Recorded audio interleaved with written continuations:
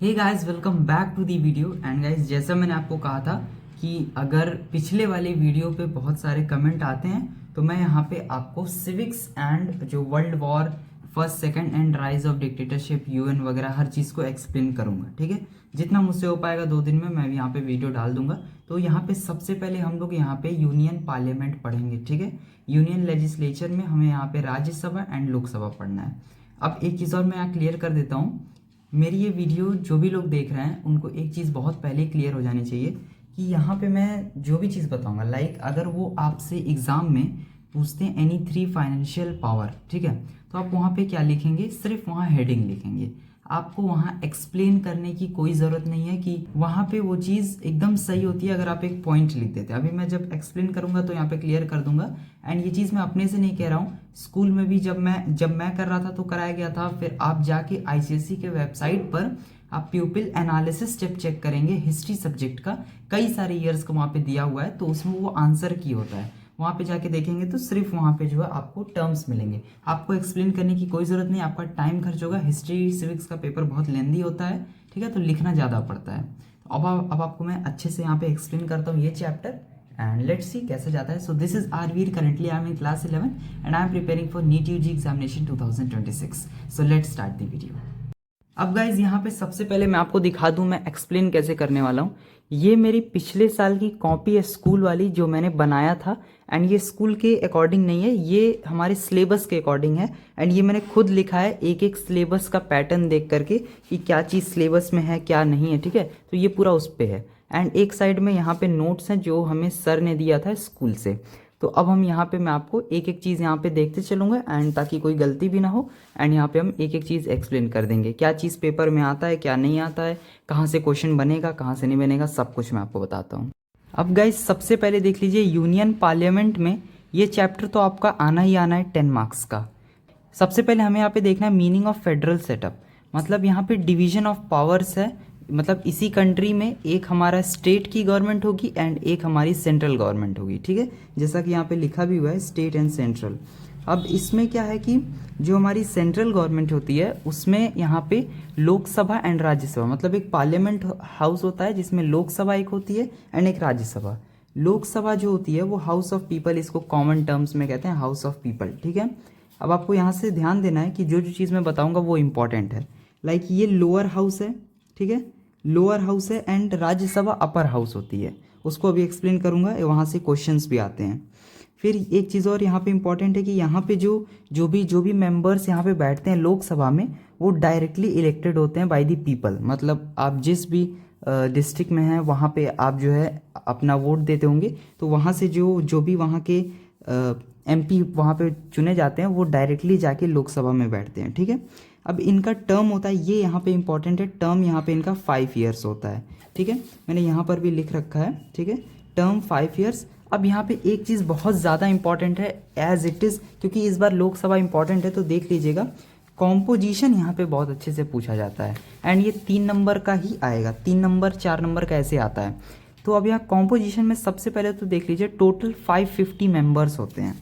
Total यहाँ पे आपको 550 मेंबर्स मिलेंगे, जिसमें जो 530 होते हैं वो यहाँ पे जो है स्टेट से आते हैं एंड 20 जो है फ्रॉम यूनियन टेरिटरीज से आते हैं। ठीक है, इतना आपको समझ में आया।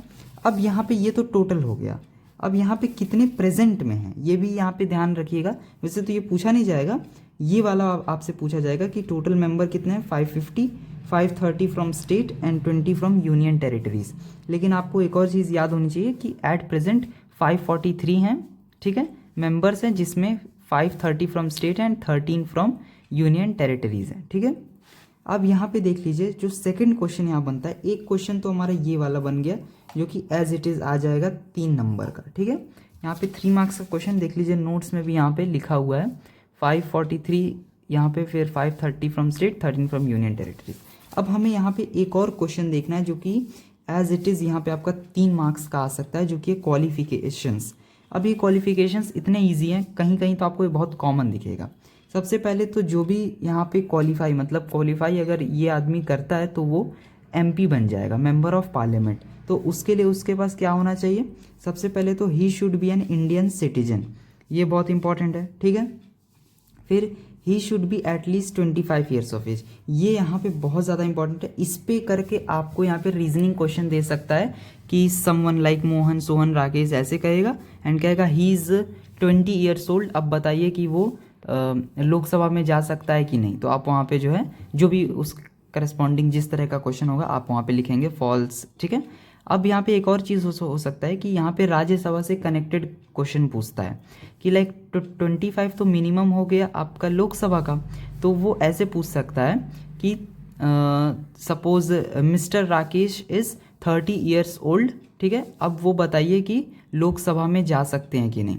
तो वहाँ पे आप लिखेंगे येस, ठीक है। एंड 30 ईयर्स ऑफ एज जो होता है वो आपका राज्यसभा का भी होता है। तो वहाँ पे ये भी हो सकता है कि वो दोनों चीज़ के लिए यहाँ पे क्वालिफाइड हैं। फिर he should have his name in the electoral bond roll, ठीक है। Sorry he should have his name in electoral role.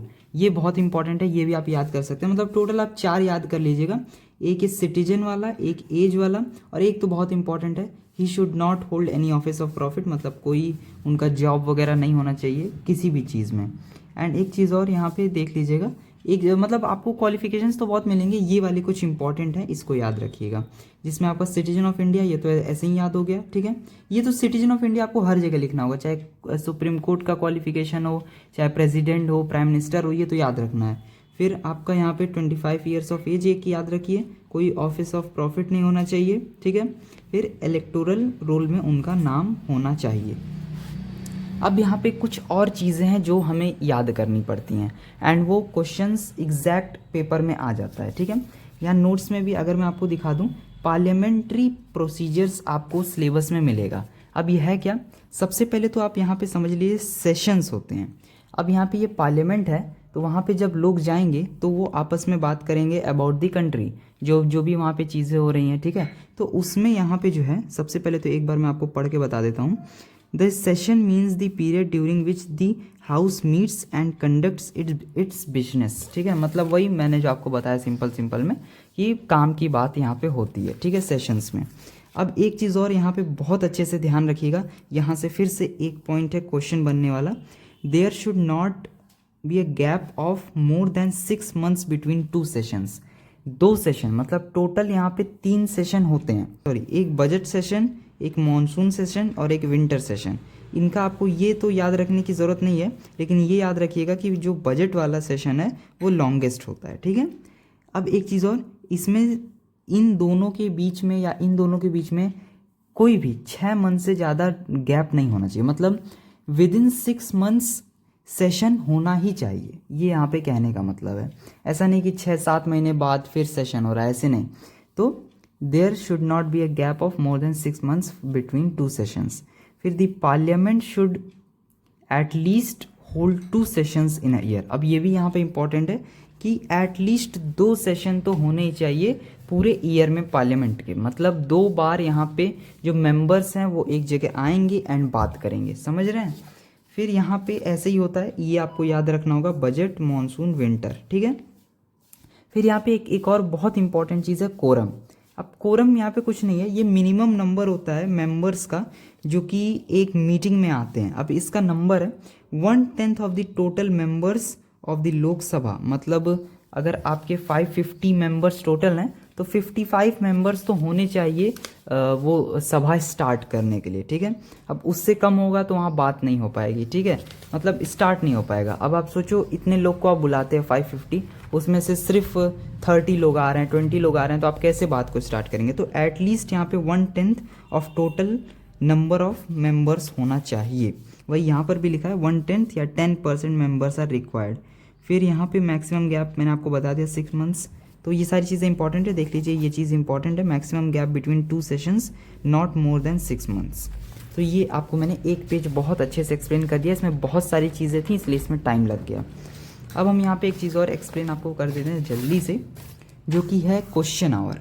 अब ये वो समय होता है जहाँ पे क्वेश्चन किया जाता है। Like the first hour of sitting of Lok Sabha is devote to question hour that is called, मतलब ये मैंने कुछ गलत लिख दिया है, ठीक है। ये क्वेश्चन होता है, इसमें जो होता है सिर्फ क्वेश्चंस होती हैं, बातें होती हैं। अब क्वेश्चंस भी कई तरह के हैं, लाइक टाइप्स ऑफ क्वेश्चंस होता है, ठीक है।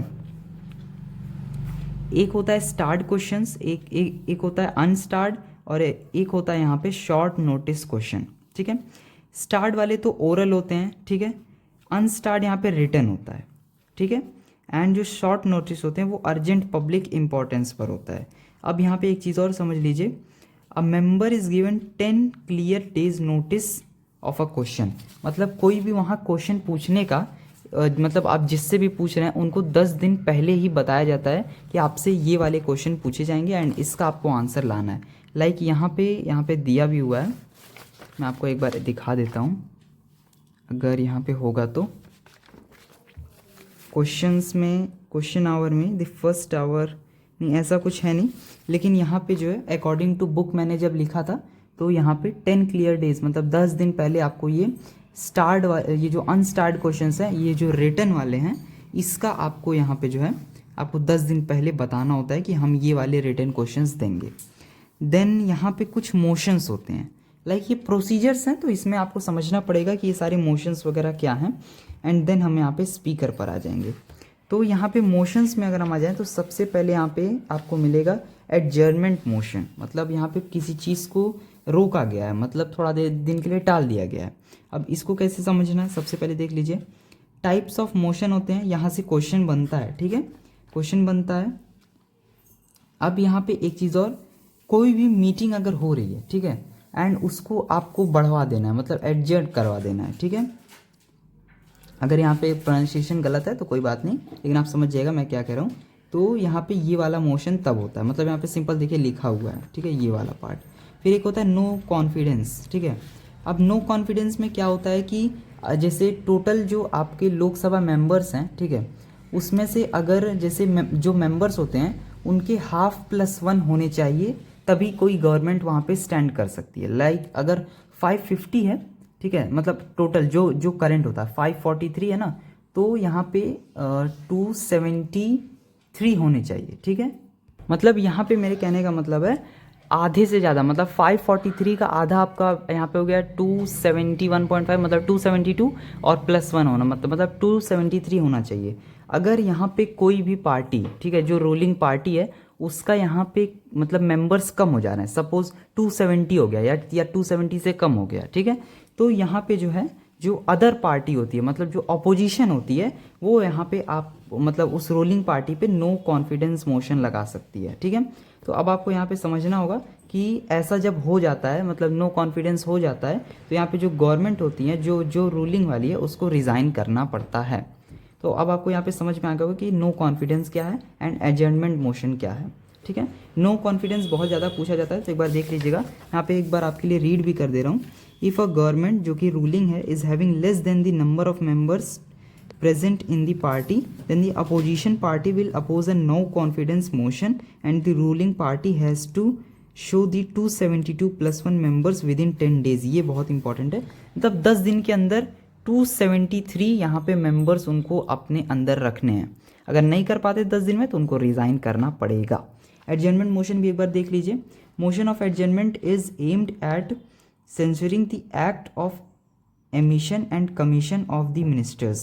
The following reasons on which the motion takes place: killing of an IPS officer in the place of workshop, railway accident, मतलब ये सारी चीज़ें ऐसी हैं जिससे मतलब कोई हादसा हो गया, ठीक है, अचानक वाला, तो यहाँ पे एडजर्नमेंट मोशन लग जाएगा कि हाँ अभी के लिए बात टल गई है, हम बाद में बात करेंगे, ठीक है। मैं आपको बहुत सिंपल तरीके से समझा रहा हूँ, आई होप आपको इतना समझ में आ गया होगा। अब यहाँ तक बहुत इंपॉर्टेंट वाले पार्ट चले गए हैं, ठीक है। अब इसके बाद जो चीज़ें हैं वो यहाँ पे थोड़ी इजी हैं, तो आप अच्छे से समझिएगा। अब मैं आपको क्या बता रहा हूँ यहाँ पे। अब हम स्पीकर के बारे में थोड़ा सा पढ़ लेते हैं कि स्पीकर क्या है, स्पीकर क्या करता है। स्पीकर एक ऐसा आदमी होता है, ठीक है, जो कि मतलब एक तरह से आप कह सकते हैं, अगर आपके सामने बहुत सारे लोग मीटिंग कर रहे हैं तो अगर आपको वहाँ का लीडर बना दिया जाता है, ठीक है, लीडर मतलब आप उस पूरी मीटिंग को आप कंट्रोल करेंगे, उस पूरी सभा को आप कंट्रोल करेंगे। मतलब आपको थोड़ा सा स्ट्रिक्ट होना पड़ेगा, हर चीज़ को वहाँ पे डांटना पड़ेगा। कोई अगर पार्टी ऑपोजिशन मान लीजिए गड़बड़ कर रहा है या रूलिंग पार्टी गड़बड़ कर रहा है, तो वहाँ पे जो है ऐसे होता है। एंड एक मज़े की बात यह है कि जो स्पीकर होता है वो रूलिंग पार्टी में से ही चुनकर आता है, मतलब वो लोग चुनते हैं स्पीकर को एंड वहाँ पे जो है स्पीकर बन जाता है। तो एक बार देख लीजिए, the speaker is the presiding officer of Lok Sabha, ठीक है। अब इनका इलेक्शन क्या है, elected from among its own members soon after the newly elected, मतलब वो जैसे ही मतलब नई कोई सरकार बनी, नया नया गवर्नमेंट का फॉर्मेशन हुआ, ठीक है, तो यहाँ पे उसमें लाइक बीजेपी का फॉर्मेशन हुआ तो बीजेपी में से कोई एक जो होगा वो यहाँ पे स्पीकर बन जाएगा, मतलब वो चीज़ इलेक्ट की जाती है, वो अपने मन से नहीं होता है, वो लोग खुद इलेक्ट करते हैं। इनका भी टर्म यहाँ पे 5 ईयर्स का होता है, मतलब जब तक आपका यहाँ पे पार्टी चलेगी तब तक ये चलेंगे। फिर फंक्शंस में अगर हम देख लें तो स्पीकर प्रिसाइड करता है मीटिंग पर, ये तो बहुत इंपॉर्टेंट है, पहला ही पॉइंट हो गया। फिर इंटरप्रेट करता है रूल्स को, फिर बहुत बहुत सारी चीज़ें जो भी पटिशन डॉक्यूमेंट्स आते हैं हाउस में सबसे पहले वो लोग देखेंगे, मतलब स्पीकर देखेगा। फिर मेंटेन करता है law and order in the house, मतलब एक तरह से वो वहाँ का कह सकते हैं मतलब बहुत इंपॉर्टेंट आदमी है, ठीक है, उसको देखना है सारी बदमाशियों को, ये बहुत कॉमन हो गया, ठीक है। अब हम यहाँ पे राज्यसभा पर आ चुके हैं। थोड़ा सा मैं आपको यहाँ पे और चीज़ दिखाना चाहता हूँ नोट से, लाइक हमने यहाँ पे लोकसभा देख लिया, हमने यहाँ पे इलेक्शन ये देख लिया, टर्म देख लिया। फिर डेप्यूटी स्पीकर का तो यहाँ पे कोई मतलब है नहीं, वैसे हमें पढ़ना नहीं है। फिर हमने यहाँ पे फंक्शंस ऑफ स्पीकर देख लिया, ये बहुत इंपॉर्टेंट है, आ सकता है, ठीक है। तो कोई 4 आप यहाँ पे याद कर लीजिएगा, लाइक मैंने देखिए 4 लिखा था एंड मैं ये 4 याद भी कर लिया था, अभी आपको याद हो गया, इसमें कुछ है ही नहीं। एक आप लॉ एंड ऑर्डर मेंटेन, फिर प्रिसाइड ओवर मीटिंग, फिर रूल्स को वो इंटरप्रेट करेगा, याद हो गया, ठीक है। फिर जो भी डॉक्यूमेंट्स पेटिशंस वगैरह कुछ भी बना के लिख दीजिएगा, आपको जो समझ में आता है। मैंने आपको एक्सप्लेन कर दिया कि हो क्या रहा है, अब आपको आगे की चीज़ खुद से लिखनी है। अब गाइज मैं आपको थोड़ा सा और यहाँ पे दिखा देता हूँ। फिर एक चीज़ और यहाँ पे है, like speaker can vote in case of tie, ये बहुत इंपॉर्टेंट है। ये यहाँ पे मुझे दिखा कि लाइक अगर टाई हो जाता है किसी भी मामले पर, अगर बात चल रही है एंड रूलिंग पार्टी अपोजिशन वगैरह में अगर टाई हो जाता है कि हाँ उसमें भी एकदम सेम हो गए हैं, फिर रूलिंग पार्टी में भी सेम हो गए हैं मेंबर्स, मतलब यहाँ पे टाई, आप टाई समझते हैं ना, कोई भी चीज़ अगर है उसमें हाँ ना चल रहा है, दोनों हाँ ना इक्वल हो गया, तो यहाँ पे स्पीकर जो है अपना वोट दे सकता है हाँ ना में, मतलब वो ना कह सकता है या हाँ, तो वो जिता सकता है केस को। फिर ये सारी चीज़ें तो मैंने आपको बताई दी हैं। फिर the speaker decides whether a bill is a money bill और नॉट, ये भी बहुत इंपॉर्टेंट है। मनी बिल आपको भी पता चलेगा, ये बहुत इंपॉर्टेंट बिल होता है मनी बिल, ठीक है। एंड ये ऐसा बिल है कि इसको लोकसभा मतलब पास करती है एंड राज्यसभा डिक्लाइन नहीं कर सकती है, तो अभी बताऊंगा, ये एक्सक्लूसिव पावर में है। फिर ऐसा तो कुछ और है नहीं।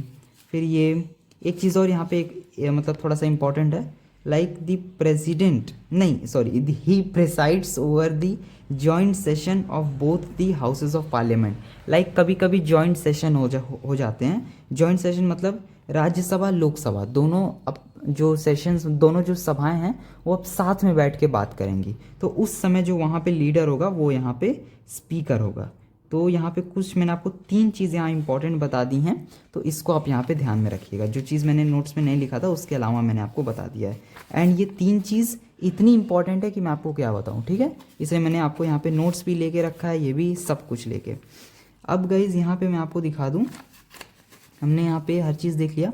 फिर लोकसभा इलेक्ट स्पीकर, ये मैंने आपको बता दिया। Rajya Sabha elects is deputy chairman. अब यहाँ पे समझ लीजिए, लोकसभा में तो स्पीकर एंड डेप्यूटी स्पीकर होते हैं, लेकिन राज्यसभा में आखिर वो भी तो एक सभा है, वहाँ भी तो होने चाहिए कुछ लोग ताकि लॉ एंड ऑर्डर को मेंटेन कर सकें, तो वहाँ पे राज्यसभा में डेप्यूटी चेयरमैन होते हैं, ठीक है। ये आपको याद रखना होगा, ठीक है, ये मैंने याद किया था दोनों पॉइंट को, ठीक है। अब मुझे लगता है यहाँ पे थोड़ा सा हमें जो है राज्यसभा पर आना चाहिए, if I am not wrong. ये एक परमानेंट हाउस है एंड अपर हाउस है। यहाँ पे एक चीज़ पूछी जाती है कि राज्यसभा कभी यहाँ पे मतलब ये परमानेंट बॉडी क्यों है, ये क्वेश्चंस आया था एंड मैं आपको एक बार शो भी करना चाहता हूँ ये क्वेश्चन आया क्यों था। वैसे तो राज्यसभा इस बार के लिए मुझे नहीं लगता बहुत इंपॉर्टेंट है, लेकिन आपको पढ़ के तो जाना ही पड़ेगा।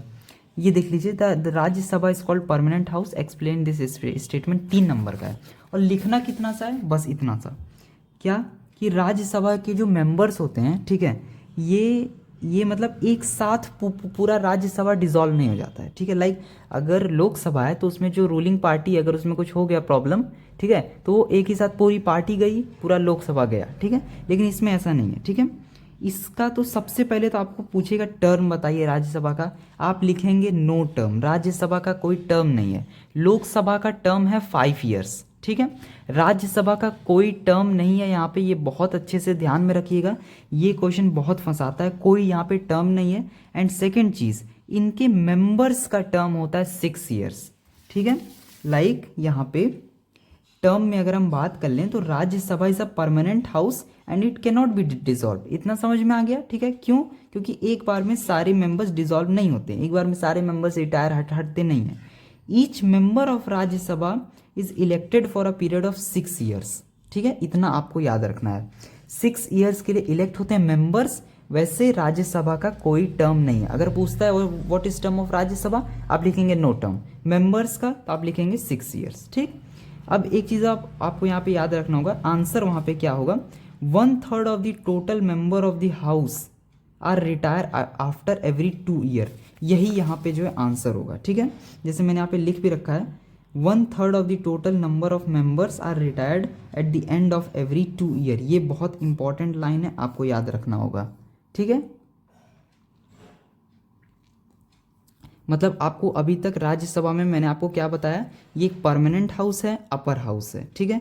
परमानेंट हाउस क्यों है? क्योंकि यहाँ पे जो मेंबर्स हैं वो एक बार में डिसॉल्व नहीं होते हैं, इनका कोई टर्म नहीं होता है, और जो मेंबर्स हैं उनका वो लोग इलेक्ट होते हैं 6 ईयर्स के लिए। राज्यसभा का कोई टर्म नहीं है, मेंबर्स इलेक्ट होते हैं 6 ईयर्स के लिए।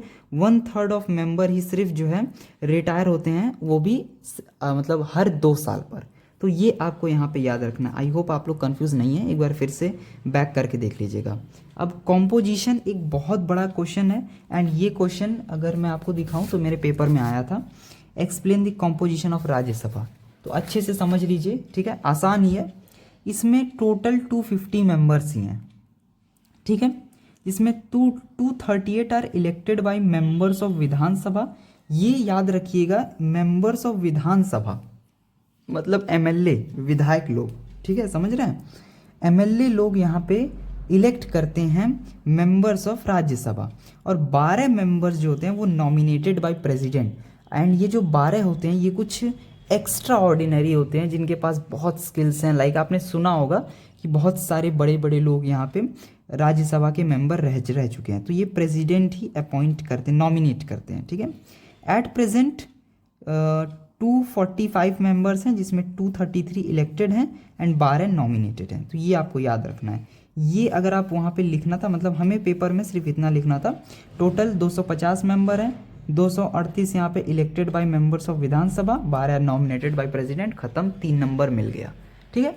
तो समझ लीजिए इतना अगर 20 मिनट 21 मिनट में आपको पढ़ाया हूँ इतना, तो आपको समझ में आएगा कि आंसर कितना लिखना है, कैसे लिखना है, ठीक है, समझ गए। क्वालिफिकेशंस बहुत आसान है, इंडियन सिटीजन होना चाहिए, 30 ईयर्स ऑफ एज। यहाँ याद रखिएगा, यहाँ पे आपको क्वेश्चन बना सकता है, जैसा मैंने आपको बताया था ना, क्वेश्चन ऐसे बन जाते हैं किस तरीके के। फिर he should not hold any office of profit, इतना याद रखिए, 3 नंबर से ज़्यादा क्वालिफिकेशन नहीं आता है, ठीक है। अब मैं आपको यहाँ पे नेक्स्ट चीज़ एक्सप्लेन करता हूँ, इलेक्शन इनका, मतलब जो मेंबर्स यहाँ पे वो इलेक्ट कैसे होते हैं। They are elected from the each state by the members of legislative assembly, मतलब वही Vidhansabha, through single transferable vote system and open ballot. अब यहाँ पे अगर टाइम होता है मेरे पास तो मैं आपको एक्सप्लेन करता सिंगल ट्रांसफरेबल वोट क्या होता है, ठीक है। ये हमारे सर ने स्कूल में एक्सप्लेन किया था बहुत अच्छे से, तो मुझे अभी तक याद है, लेकिन अभी मैं आपको यहाँ पे एक्सप्लेन नहीं करूँगा क्योंकि आउट ऑफ सिलेबस से कोई मतलब नहीं है, ठीक है। लेकिन बस आप इतना याद रखिए, ये members of legislative assembly, her state के जो होते हैं मेंबर्स, वो यहाँ पे इनको इलेक्ट करते हैं। एंड ऐसे मतलब ये जो लोग होते हैं ये ईच स्टेट से आते हैं, मतलब ये स्टेट से आते हैं, and elected by there members of legislative assembly, मतलब वहाँ के विधानसभा विधायक लोग इलेक्ट करते हैं इनको, एंड ये फिर वहाँ से राज्यसभा में आके बैठ जाते हैं, इलेक्टेड वाले, ठीक है। नॉमिनेटेड वालों की बात मैं नहीं कर रहा हूँ, इलेक्टेड वालों की। फिर प्रिसाइडिंग ऑफिसर यहाँ का कौन होता है? सिंपल मैंने आपको बता दिया, vice president of India is the ex officio chairperson of Rajya Sabha. Like मैंने आपको कहीं बताया था ना, यहाँ पे ऊपर कहीं बताया था कि जो वहाँ का जो मतलब वहाँ का जो स्पीकर, आप कह सकते हैं वहाँ का स्पीकर, ठीक है, वो यहाँ पे वाइस प्रेसिडेंट ऑफ इंडिया होता है, फिर ठीक है। And the Rajya Sabha elects a deputy chairman from among its own members. तो यहाँ पे ये दोनों पॉइंट यहाँ पे बहुत ज़्यादा इंपॉर्टेंट है। Vice president of India is the ex officio chairperson of Rajya Sabha, ठीक है, मतलब वहाँ की देख रेख ये करेंगे। आपको इतना समझ में आ गया होगा। अब हम यहाँ पे आते हैं बहुत इंपॉर्टेंट टॉपिक जिसमें के क्वेश्चंस बनते हैं एग्जैक्ट। अब यहाँ से क्वेश्चंस बनते हैं जो वो समझ लीजिए, एंड कितना लिखना है वो भी समझ लीजिए। आपसे अगर पूछता है वो question powers and functions of union parliament, अब ये कंबाइंड पावर्स हैं सारे, ठीक है। लेजिस्लेटिव पावर, देखिए मैंने लिखा भी है 2023, ये जो 23 लिखा है ना, इसका मतलब है ये 2023 में पूछा गया है। लेजिस्लेटिव पावर मतलब लॉ मेकिंग पावर, लेजिस्लेचर जहाँ पे आ गया वो लॉ मेकिंग। तो अब देखिए जो पार्लियामेंट है उसका काम ही लॉ बनाना है, ठीक है। तो अब यहाँ पे यूनियन लिस्ट के सारे laws, state list, concurrent list, residuary power, ordinance, ये सारी चीज़ें जब भी होंगी तो वहाँ पे वो लेजिस्लेटिव पावर होगा। मतलब इतनी चीज़ें यूनियन पार्लियामेंट कर सकती है। अब मैं आपको थोड़ा सा यहाँ पे एक्सप्लेन करता हूँ, लाइक तब आपको और अच्छे से समझ में आएगा। लाइक यहाँ पे मैं लेजिस्लेटिव पावर, लाइक यहाँ पे देख लीजिए बहुत सारे दिए हुए हैं।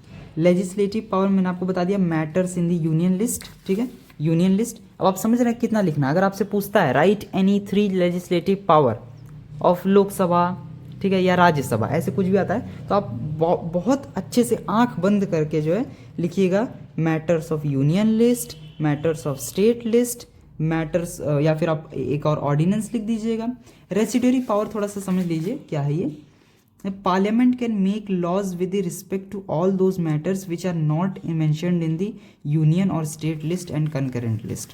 ये ऐसे मतलब रेसिडरी पावर एक ऐसा पावर है जिसमें ऐसे भी चीज़ों पे पार्लियामेंट लॉज बना सकती है जो इन तीनों लिस्ट में नहीं मिल रहे हैं, ठीक है। तो वो जब लॉ बनेगा तो रेसिडरी पावर के अंडर आएगा। फिर मैटर्स ऑफ स्टेट लिस्ट मैंने आपको बता दिया। फिर ऑर्डिनेंस समझ लीजिए क्या है। आर्टिकल 123 याद रखिएगा, ऑर्डिनेंस इसमें क्या है कि ये एक टेम्परेरी लॉ होता है issued by the president when parliament is not is in this session और प्राइम मिनिस्टर। ये इंपॉर्टेंट लाइन है, ठीक है। अब एक चीज़ समझ लीजिए, इतना मैंने आपको बताया ऑर्डिनेंस के बारे में, आपको कुछ समझ नहीं आया होगा।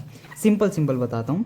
ऑर्डिनेंस भी एक ऐसा लॉ है, जैसे ये सारे क्या मैं आपको बता रहा हूँ, ये सारे लॉज मैं आपको बनाने के तरीके बता रहा हूँ, किस किस मैटर पे बना सकती है गवर्नमेंट।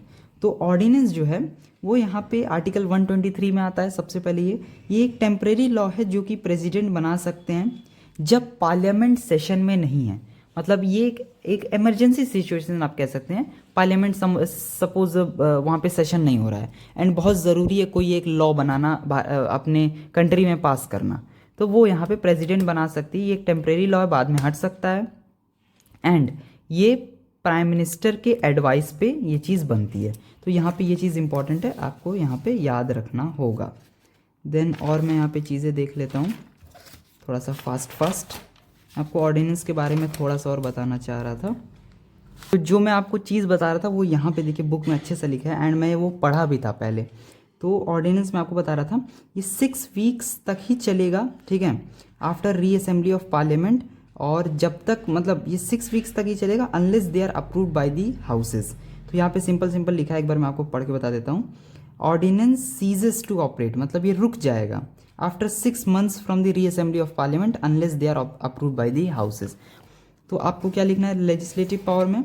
लेजिस्लेटिव पावर में आपको सिर्फ लिखना है matters of union list, state list, concurrent list, residuary power and ordinance. Ordinance थोड़ा बहुत समझा दीजिएगा क्योंकि एक ही वर्ड है, थोड़ा सा एग्जामिनर खुश हो जाएगा, ठीक है, जो चेक करते हैं लोग। Then if we come to financial power, तो फाइनेंशियल पावर में तो बजट हो गया आपका। फिर इसमें आप ऐसे ही लिखिएगा मनी बिल जो कि सैलरीज एंड टैक्सेस होते हैं, सप्लीमेंट्री ग्रांट्स जो कि होता है एक्स्ट्रा अमाउंट होता है जब ज़रूरत पड़ती है तब मिलता है, वोट ऑन अकाउंट, ठीक है। ये आपको इतना याद रखिए, इसमें से कोई भी 4 मतलब 4 ही मैंने लिखा भी है, इतना याद रखिएगा आपको मिल जाएगा। मतलब अगर आता है right financial powers of Lok Sabha Rajya Sabha, ठीक है, कोई भी एक, तो आप यहाँ पे आंख बंद करके लिखिएगा सिर्फ budget, vote on account, supplementary grants and taxation, बस इतना लिखिएगा। इसके अलावा कोई एक्सप्लेन करने की ज़रूरत नहीं है, टाइम खर्च होगा, फिर कहिएगा कि पेपर छूट गया, ये हो गया, वो हो गया। कम याद करिए, सही चीज़ याद करिए। अगर आप ये लिखेंगे तो आपका कोई आंसर काटेगा नहीं, ठीक है, इतनी तो गारंटी है, कोई आंसर नहीं काटेगा। मैं लिखा हूँ तो मैं जान रहा हूँ। फिर यहाँ पे एग्जीक्यूटिव पावर 2023 में देखिए आया हुआ है, मैंने यहाँ पे लिख रखा है, जिसमें आप लिख सकते हैं एग्जीक्यूटिव मतलब क्या, एग्जीक्यूट कराना कोई चीज़। तो एक चीज़ यहाँ पे समझ लीजिए, vote of no confidence motion, ठीक है, फिर इंटरपेलेशन मतलब क्वेश्चन पूछना, फिर मॉनेटरी कंट्रोल, ये यहाँ पे इंपॉर्टेंट है, एग्जीक्यूटिव पावर में है। इलेक्टोरल मतलब कोई चीज़ इलेक्शन से रिलेटेड। तो सबसे पहले तो इलेक्शन ऑफ प्रेसिडेंट ये लोग करते हैं, फिर स्पीकर के भी इलेक्शन वही मेंबर्स करते हैं, लोकसभा के, राज्यसभा के मेंबर्स, लोकसभा के मेंबर्स ये सारे, फिर इलेक्शन ऑफ वाइस प्रेसिडेंट यही लोग करते हैं, फिर डेप्यूटी स्पीकर, मतलब वहाँ पे जितने लोग थे जो भी स्पीकर चेयरमैन वगैरह थे ना, उन्हीं का आप इलेक्शन लिख दीजिए, नंबर मिल जाएगा। 4 चीज़ें हैं इलेक्टोरल में, यहाँ पे देख लीजिए, प्रेसिडेंट वाइस प्रेसिडेंट ऐसे करके है, मतलब यही सारी चीज़ें लिखनी है। फिर जुडिशियल पावर में इम्पीचमेंट ऑफ प्रेसिडेंट, मतलब इम्पीचमेंट एक ऐसा प्रोसीजर है, ये मतलब ये चीज़ थोड़ा सा कठिन प्रोसीजर है। इम्पीचमेंट ऑफ प्रेसिडेंट में क्या है कि यहाँ पे आप रिमूव कर सकते हैं president from the office through the procedure called impeachment in case of violation of constitution. यही अगर वो करता है तो आप उसको हटा सकते हैं प्रेसिडेंट को, वरना प्रेसिडेंट को कोई नहीं हटा सकता है। इसका जो एक चीज़ है कि ईदर हाउस में frame a charge against the president, सबसे पहले आपको करना पड़ेगा, फिर एक रेजोल्यूशन होता है 2/3 majority from the total membership of the house. सिर्फ वॉयलेशन ऑफ कॉन्स्टिट्यूशन के बेसिस पर ही आप हटा सकते हैं, उसके बाद 2/3 मेजॉरिटी होनी चाहिए, ठीक है, टोटल मेंबर में, तभी ये चीज़ हो सकता है। तो यहाँ पे सिंपल यही था। फिर यहाँ पे देख लीजिए रिमूवल ऑफ जजेस वगैरह भी है, तो यहाँ पे मैं आपको एक बार दिखा देता हूँ तब आपको समझ में आएगा। तो आप सिंपल पेपर में लिखेंगे impeachment of president, removal of जजेस, पनिशमेंट, फिर और तो यहाँ पे कोई चीज़ है नहीं, मैं आपको एक बार दिखा देता हूँ। जुडिशियल पावर में यही सारी चीज़ें हैं, impeachment of president, removal of जजेस वगैरह, तो इतनी ही चीज़ें आती हैं। 3 आप याद कर लीजिए, 3 से ज़्यादा नहीं पूछा जाता है। फिर यहाँ पे मैंने आपको बता दिया फाइनेंशियल पावर, मैंने आपको बता दिया है। फाइनेंशियल पावर में अगर आपको जानना है थोड़ा सा और देखिए, फाइनेंशियल में budget, supplementary grants, vote on account, taxation, मैं आपको बताया था ना। तो ये सारी चीज़ें एक बार आप इसको रीड कर सकते हैं, वैसे तो बहुत ज़्यादा कुछ इसको रीड करने की ज़रूरत नहीं है, ठीक है। जो इंपॉर्टेंट था वो मैंने आपको बता दिया है। फिर ये स्टेट लिस्ट वगैरह मैंने आपको बता दिया है, matters of state list like during proclamation of an emergency वगैरह में ये सारी चीज़ें मतलब लॉज वगैरह बनते हैं, ठीक है। तो ये चीज़ आपको थोड़ा सा देखना पड़ेगा। फिर कंकरेंट लिस्ट मैंने आपको बताया, फिर यूनियन लिस्ट मैंने आपको बताया, इसमें 97 सब्जेक्ट्स हैं एंड 47 सब्जेक्ट्स हैं कंकरेंट लिस्ट में, ठीक है। तो ये आपको थोड़ा सा देख लेना, वैसे तो इतना डीप नहीं पूछते हैं लोग, लेकिन अगर सपोज तो आपको थोड़ा बहुत याद रहेगा। कॉन्स्टिट्यूशनल पावर में अमेंडमेंट ऑफ कॉन्स्टिट्यूशन, ये आपको थोड़ा सा यहाँ पे याद रखना है, वैसे तो और कुछ है नहीं। फिर एक चीज़ यहाँ पे जो सबसे ज़्यादा इम्पॉर्टेंट है अभी तक का, देख लीजिए, एक चीज़ तो यहाँ पे आप समझ लीजिए, आपका यहाँ पे एग्जीक्यूटिव पावर पूछा जाता है, फाइनेंशियल पावर पूछा जाता है, ठीक है। फिर आपका यहाँ पे जुडिशियल पावर पूछा जाता है, एंड यहाँ से आपका लेजिस्लेटिव पावर पूछा जाता है। एक्सक्लूसिव पावर्स, ठीक है, एक्सक्लूसिव पावर्स ऐसे पावर्स हैं जो कि बहुत ज़्यादा ही इंपॉर्टेंट हैं, अगर आप उसको नहीं अगर आप पढ़ते हैं तो आपको थोड़ा सा यहाँ पे दिक्कत हो सकता है, ठीक है। लाइक एक चीज़ आप यहाँ पे देख लीजिए, सबसे पहले तो ये सारी चीज़ें मैंने आपको बता ही दी है, ठीक है, लाइक अमेंडमेंट ऑफ कॉन्स्टिट्यूशन वगैरह, ठीक है। Both the houses of parliament can amend the constitution, यहाँ पे बाई सिंपल मेजॉरिटी वगैरह से हो सकता है। कंट्रोल ओवर एग्जीक्यूटिव में इंटरपेलेशन, डिबेट, डिस्कशन, क्वेश्चन और ये सारी चीज़ें आप लिख सकते हैं, इमोशंस वगैरह भी डाल सकते हैं। फिर एक्सक्लूसिव पावर जो स्पेशल हैं, ठीक है, ये पेपर में एज इट इज़ आए थे मेरे, ठीक है। तो एक्सक्लूसिव पावर्स ऑफ राज्यसभा, सबसे पहले देख लीजिए, Rajya Sabha is the permanent house, ये आप लिखेंगे आपको 1 नंबर मिल जाएगा। लाइक मैं यहाँ पे देखिए लिखा भी हुआ है, एक्सक्लूसिव पावर में परमानेंट बॉडी है, ठीक है, तो ये आप लिखेंगे। फिर आप यहाँ पे लिखेंगे it can create all India services, AIS, ठीक है, एडमिनिस्ट्रेटिव सर्विस, ये वाला, ठीक है, administrative services, it can create all India services. फिर Rajyasabha can declare any matter as national importance, article 249, ये वाला आप यहाँ पे देखेंगे। नेशनल इंपॉर्टेंस मैंने आपको देखिए यहाँ पे लिखा हुआ है, administrative services, permanent body, and it works as parliament if Lok Sabha is dissolve before declaring emergency. तो ये आप यहाँ पे 4 याद रखिए, आपके सारी चीज़ें हो जाएंगी। एंड ये 4 तो आप याद ही रखिए, ठीक है, बिल्कुल अच्छे से याद कर लीजिए। लोकसभा वाला इस बार ज़्यादा आ सकता है, तो उसको अच्छे से अभी मैं बताता हूँ। अब हम आते हैं एक्सक्लूसिव पावर, मतलब ये पावर्स ऐसे हैं जो कि राज्यसभा के पास ही हैं। अब कुछ लोकसभा के एक्सक्लूसिव पावर देख लीजिए, exclusive special powers of Lok Sabha. सबसे पहले तो यहाँ पे आप देख लीजिए money bill, money bill can only B introduced in the लोक सभा and upon being passed are sent to Rajya Sabha where it can be deliberated up to 14 days, मतलब 14 दिन तक ही वो लोग रोक सकते हैं, और उनको तो मतलब भेजना ही भेजना है, तो 14 दिन भी रोक के ही क्या करेंगे, ठीक है। तो मनी बिल यहाँ पे एक इंपॉर्टेंट चीज़ है। फिर मोशन ऑफ नो कॉन्फिडेंस यहाँ पे एक इंपॉर्टेंट है, मतलब ये सारी चीज़ें पॉइंट्स हैं, इसको आपको याद रखना है। एक पॉइंट नो कॉन्फिडेंस मोशन आप लिख दीजिएगा, एक आप money bill can be introduced in Loksabha only. फिर in case of deadlock house, मतलब ये जो जॉइंट सेशन वाली बात यहाँ पे हो रही है, जिसमें ज़्यादातर मेजॉरिटी देखेंगे आप मेंबर्स तो लोकसभा के ही होते हैं, तो उसमें जॉइंट सेशन में चीज़ें जीत जाते हैं ये लोग। तो यहाँ पे जॉइंट सीटिंग वाली चीज़ आप यहाँ पे याद रखिएगा, बहुत ज़्यादा इंपॉर्टेंट है, क्योंकि इनका न्यूमेरिक स्ट्रेंथ ज़्यादा है। तो जॉइंट सेशन मतलब जब साथ में बैठेंगे बातचीत होगी, तो यहाँ पे जो है यहाँ पे ये जो आराम से जो Lok Sabha normally prevails as it strength is more and double that of Rajya Sabha. सबसे पहले तो यही हो गया, जब आपके पास मेंबर ज़्यादा हैं तो आपके पास वोट ज़्यादा है, एंड वोट ज़्यादा है तो आप कोई भी चीज़ को कोई मैटर जीत सकते हैं। तो आई होप आपको इतना समझ में आ गया होगा, एंड आपसे मैं आपको हर चीज़ बता दी है अपने नोट्स से, या कोई भी चीज़, कोई इंपॉर्टेंट चीज़ मैंने यहाँ पे छोड़ा नहीं है। वैसे तो यहाँ पे मैंने कोई चीज़ नहीं छोड़ा। एक चीज़ यहाँ पे देख लेते हैं, प्रिसाइडिंग ऑफिसर, ये वाली चीज़ मैंने आपको बता दी है। सिंपल बात है, in absence of chairman deputy chairman जो होता है, the vice president can vote in the Rajya Sabha in case of a tie. तो ये इंपॉर्टेंट वाला पार्ट है, इसको आपको यहाँ पे याद रखना है। प्रिसाइडिंग ऑफिसर वाइस प्रेसिडेंट होते हैं जिनको चेयरमैन कहा जाता है, ठीक है। सिंपल, और कुछ यहाँ पे है ही नहीं, यहाँ पे पार्ट देख सकते हैं, ठीक है। इलेक्टोरल ये सारी चीज़ें मैंने आपको एक्सप्लेन कर दी हैं। एक और पॉइंट आप यहाँ पे देख सकते हैं, the Lok Sabha represents the people directly as its members are elected by the people. On the other hand, Rajya Sabha represents the state and the of the Indian Union, and its members are elected by indirectly by members of state legislative assemblies. तो यहाँ पे एक ये वाला point important है, ठीक है।